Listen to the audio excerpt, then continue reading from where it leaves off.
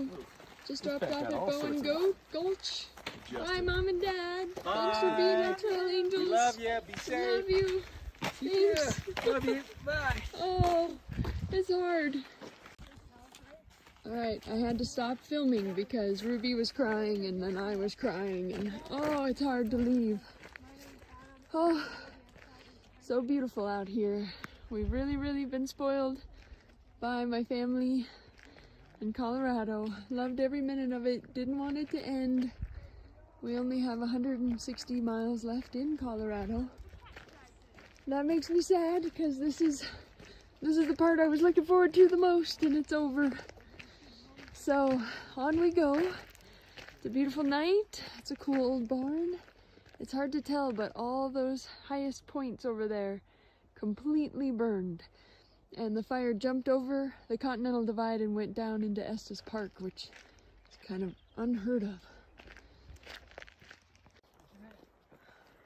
Alright, there's a moose. And the moose is hanging out next to a bunch of elk for a beautiful sunset.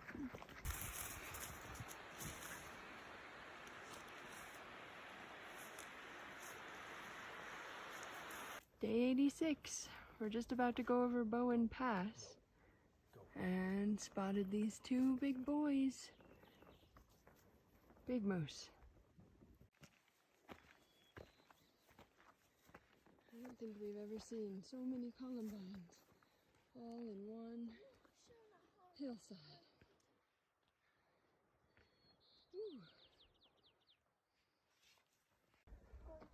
Alright, I haven't fact-checked this, but our friend Doggone said this was our last 12,000 foot pass and our steepest climb. Woo! It's a big one. Alright, we're headed towards Ruby Mountain, taking Ruby's picture. Look at those beautiful ruby red Indian paintbrushes. And I was thinking about deleting the last couple of videos, but I'll keep them because the pictures are beautiful. But what I was saying was totally wrong. Adam corrected me. Bowen Pass isn't over 12,000 feet. It was only like 11,500. And it isn't our steepest climb. That's tomorrow. Tomorrow, and about 17 miles from here, we'll hit Parkview. That'll be the steepest. Forgive me for my error. So here's our trail. Kai and Tristan have already made it through. There's Sierra finding an alternate around. Right behind me are Ruby and Adam, also finding alternates around. This whole area was burned. I'm not sure if this was the East Troublesome fire or another one.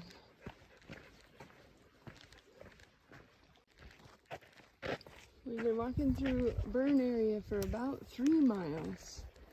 And look up there. You can see where the fire ended. But there's a bunch of dead trees, probably beetle-killed trees that didn't catch on fire. And then some green trees peppered in there with them. Oh, still walking through burn. We have about a mile to go to a stream where we plan to stop for dinner. And from there it'll be like 11 miles till the next water source. And then that Parkview Mountain, which is a big climb. The biggest.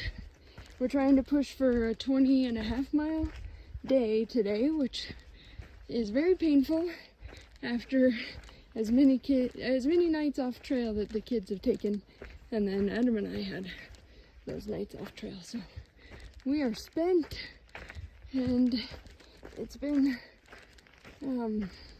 tricky terrain. We had lots of blowdowns, and we ran into trail crew. They cannot use chainsaws out here, because part of the leave no trace ordinance is chainsaws are too loud. And if they allow like electric chainsaws, then they have to allow e-bikes. So I guess there's all these meetings and debates going on right now is what the trail maintenance crew was telling Adam about whether or not they can maintain the trails with, right now, with hand saws. Kaya just said, I wonder if I could put my foot behind my head, and then she did this. Ah! Try it again, Tristan. Oh, I'm so sore.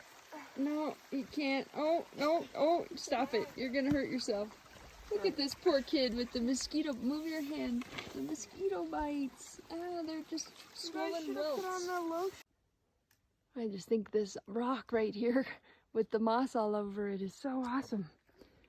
And we've seen so many columbines today. Makes me so happy. There goes Tristan through some more blowdowns. So we're just coming to a parking lot from our trail, and there wasn't one of these danger do not enters on the other side, I promise. But oh, I better come around these trees. This doesn't say anything about danger do not exit. Dang, we didn't know this was closed. Sorry. It's day 87. This is a beautiful view. We're trying to get up to the top of Parkview Mountain. We've come about 3 miles this morning. Got about 2 more miles to go. A little less. And it's steep. This is supposed to be the steepest pass and the last spot over 12,000 feet for us on our trail so far. There's all the kiddos, and there's some hikers way up there. We're gaining on them. Oh, I love this view. I'm sorry, I know it's windy. There's Kaya. There's the 2 hikers we're gaining on. Here's the steep climb, and that's where we've been. All around, down, and we camped way down there.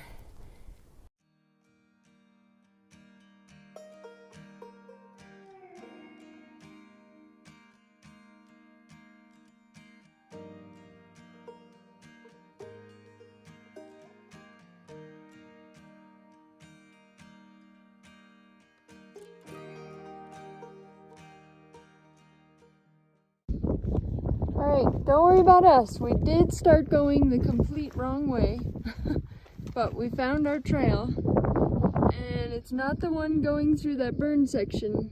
It's the one over here. We're all okay. Maneuvering around blowdowns with my umbrella up, because it just started pouring. I didn't think it was in the forecast to rain today, but I'm sure all these wildflowers are happy about it. And now it's hail. Run for cover, Mira! Run! We're about less than a mile away from our water source, back into the burn area. And it just smells like smoke. It didn't smell smoky yesterday. There's a happy little hummingbird. Oh, it's gone.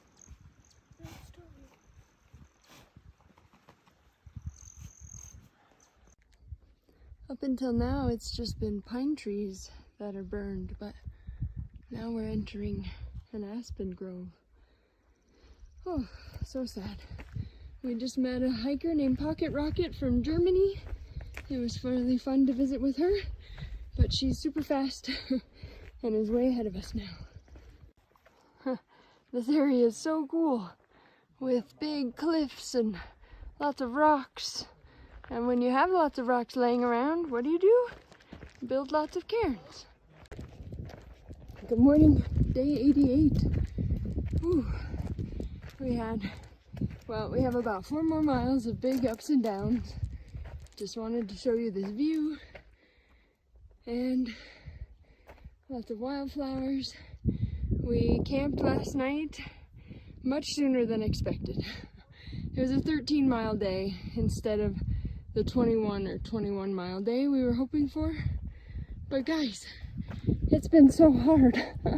So much elevation gain and loss and some blowdowns, and I don't know what's slowing us down so much, but it's a little stressful when you think, okay, we have to have a 21 mile day in order to not run out of food before we get to Steamboat. Here we go. We're like little ants marching across the hillside. And I wanted to show you some more of our view as we come over this ridge. Beautiful valley below. Oh, that's so pretty.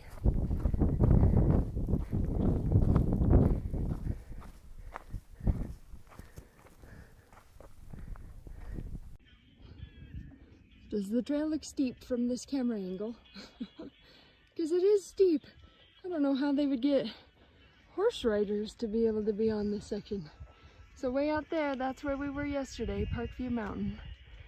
I guess part of the reason we were so slow yesterday too was we got a little lost. We lost our trail and it probably set us back at least 45 minutes. But who knows? We're making pretty good time today and looking forward to Steamboat Springs soon. Can you see all the moths flying around? It's a little bit magical. Oh, one just hit me in the eye.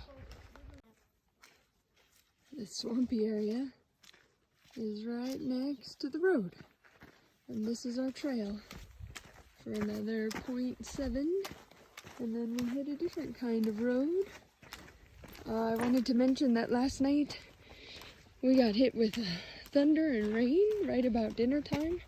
So that's another reason we had a short mile day, because we quick and set up our tents, jumped in them as the rain came down. And then when the rain stopped, none of us felt like packing up and going a few more miles, of course. And there was a German hiker that I mentioned before, and she was really debating whether she was gonna camp in the same place we did or backtrack and go to lower elevation. We were like at 10.5 and we were in trees, and Adam assured her that he felt safe, but she didn't feel safe.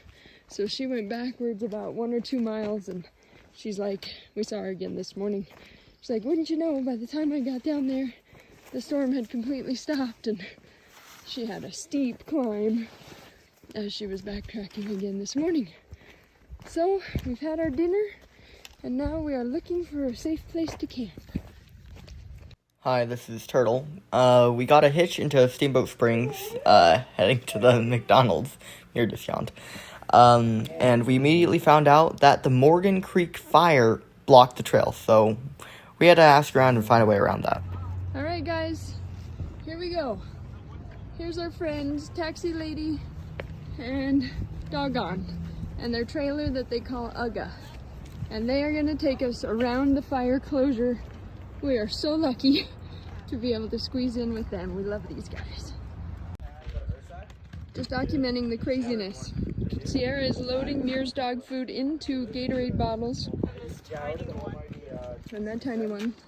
I've laid out the resupply. Doggone and Taxi Lady and Pogo are here. They've taken us all the way up to Wyoming. Here we go. Alright, there goes my hangry family. I just wanted a photo shoot where we were standing on the edge over there with that beautiful background, but it was bad timing. Bad timing. Everybody's ready for dinner. And the sun is a hazy, smoky mess, and there are mosquitoes all over the place. Hey, so this is Ruby. This is Ruby's mosquito protection plan to wrap in the rainfly while she's setting up her tent. So we're trying out a new thing. We have been soaking these hash browns for like a half hour. Adam got a jet boil frying pan. We also picked up some freeze-dried cheese, cheese and peppers that we're hydrating in there. Then we're gonna add it to there, and we'll see what happens. I have a plate to eat it on. And Dad has a plate. I think our experiment has been a success. Kaya cooked up the second batch. Cheese, peppers, Idaho spuds. All of a sudden it feels like Washington. This is the first time we've seen ferns on the trail. And so much green. So much green. Where are we? Is this really Wyoming? Nope, never mind. We are definitely in Wyoming. The wind is blowing, the vegetation is sparse, and it's hot. We've been doing lots of ups and downs today. This is our final up, and now we work our way down to a road walk, but it's a pretty awesome view. Come here, get your ball. Oh, you got it. You got your ball. I want somebody to play with you. So it's Tuesday, July 13th, day 92. It's Kaya's birthday. Yesterday was quite possibly our very hardest day. We woke up at 4:30, left camp by 5:30, pushed 20 miles, had dinner with a bunch of fun hikers, including Crazy Eyes, who we met way back in Lordsburg the day before he started the trail. It was like day 6 for us. And then we met him today. It's like, or yesterday, it's halfway mark. We've decided to take an alternate, which involves a 32-mile road walk. And last night, after dinner, we hit the road and thought we could do 5.8 miles, but we didn't make it. Some were moving faster than others. In fact, Tristan and Kaya were like a whole 15 to 20 minutes ahead of the rest of us. We had found a great place to camp, but because they were so far ahead of us, we couldn't camp there.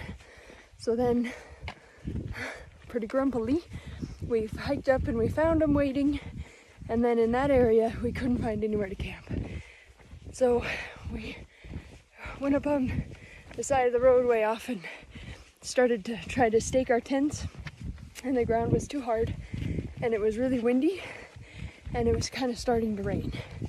So we half-heartedly gathered up the tents. Poor Tristan was 100% set up, but the rest of us just couldn't get our tents. So I had to take it all down, walk about 2 more miles in the dark until we finally found a goalie.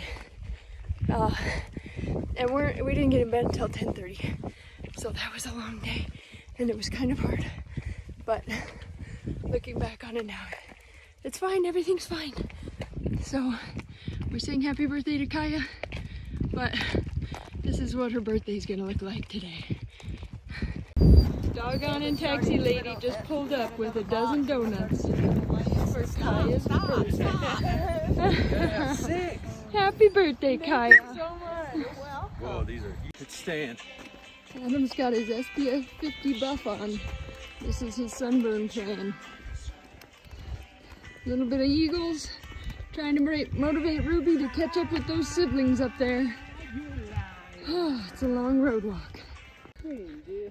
But what's really great is there are no cars on this road. This road is new, smooth as butter, and we can't figure out why there's no traffic. We think it leads to some sort of government facility that nobody knows about. And also to Rawlins, Wyoming. A guy just pulled over his truck and handed Adam a Gatorade and a cold water. Oh yeah. Can't believe it. Nice people. So we just got a job today. Our job is to herd these cattle all the way into Rawlins. Maybe they'll reward us with some steak when we get to town. Big brisket. Adam's looking forward to the ribeye. I don't think we'll make it today.